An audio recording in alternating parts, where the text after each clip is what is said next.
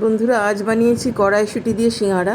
Challenge ছিল যে ময়দা নয়, আটা দিয়ে সিঙাড়া বানাবো। আর দোকানে যেরকম ডালডা বা ঘি কী দিয়ে ভাজে জানি না, আমি সেটা ভাজবো না, সাদা তেলে ভাজবো। তো আলু যথারীতি আগে সেদ্ধ করে নিয়েছিলাম।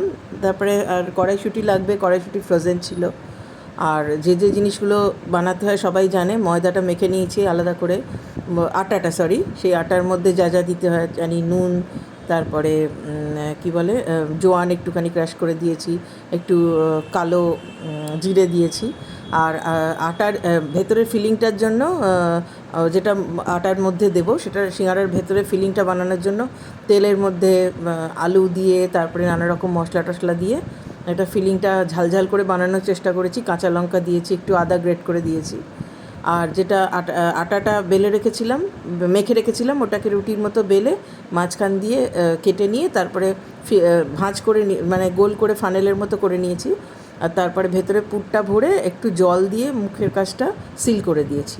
তারপরে যেরকম সাদা তেলে ভেজেছি, যেরকম মিডিয়াম আঁচে ভেজেছি, একটু বেশি সময় লাগে ভাজতে, এপিট ওপিট করে ভেজেছি। তারপরে লাল লাল সিঙাড়া তৈরি হয়ে গেছে।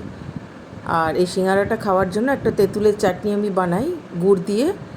সেই তেঁতুলের চাটনিটা দিয়ে সার্ভ করতে পারেন, বা টমেটো সস দিয়েও সার্ভ করতে পারেন, আর নাহলে মুড়ি দিয়েও খেতে পারেন। সিঙাড়া তো অত্যন্ত লোভনীয় খাবার, বিশেষ করে বাঙালিদের।